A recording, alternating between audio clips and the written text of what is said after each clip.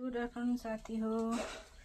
मैले चाहिँ बिहान चुलो बनाएको तपाईँलाई देखाइरहेको थिएँ। अहिले आएर पनि बालेँ। आज दिउँसोकै खाना यही बनाऊ भनेर र मैले यहाँ तेल पनि हालेँ।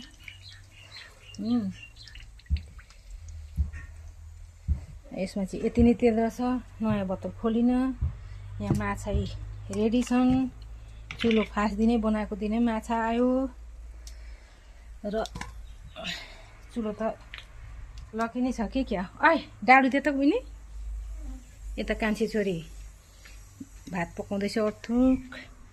म यहाँ माछा फ्राई गर्नु। अब अलिअलि फ्राई गरिहाल्नु पर्यो दिउँसोको दिउँसै भनेर नि त। बेलुका नि बल्ने छ। यहाँ आगो त मजाले बल्दो रहेछ।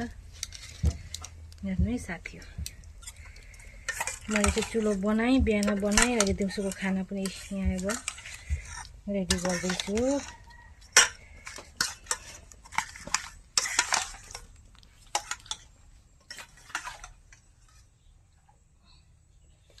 काली भित्र दाल, त्यहाँबाट सेमी आलु भाजी। अब यो माछा चाहिँ अहिले फ्राई गर्छु। भरे बेलुका चाहिँ डोल्छु नि त। अहिले चाहिँ पिस खाएर घर झोल हाल्ने।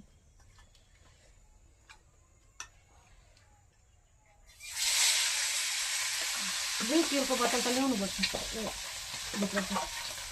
यतिमा त पाक्कै नि माछा। अहिले डोरा चाहिँ बनाउनु न। माछामा तेल कम्ती भयो भने माछा फ्राई नै राम्रो हुँदैन।